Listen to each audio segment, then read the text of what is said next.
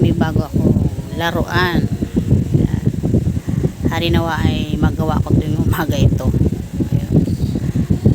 Pagagising. Ang problema, pagdilat ng mata, ang daming gagawin. Kaya ito, kanina ang tagal kong naasimbol. Ang tagal. Pinagpawisan ako ng gusto dito. Ayan. Dahil nung ginanito ko siya, hindi ko ito makabit. Nung taob, nung pinatihaya ko, doon ko siya nakabit. Ayan. Ayan. Ayan. Kasi ito, pagka pinataob ko, hindi magkatugma ang butas nito. Pareha silang dalawa. Kaya ang ginawa ko, pinatihaya ko. Ayan. Mas nauna pa sa akin siyang tumihaya. Na iyon ang inaantay ko, yung tumihaya ako. Na wala naman nagpapatihaya. Hugot pa more.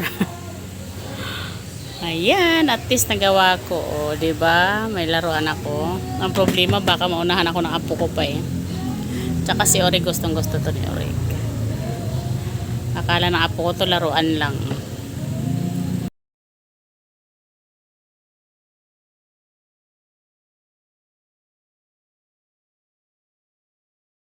Hi, Suwi ng Katigas vlog.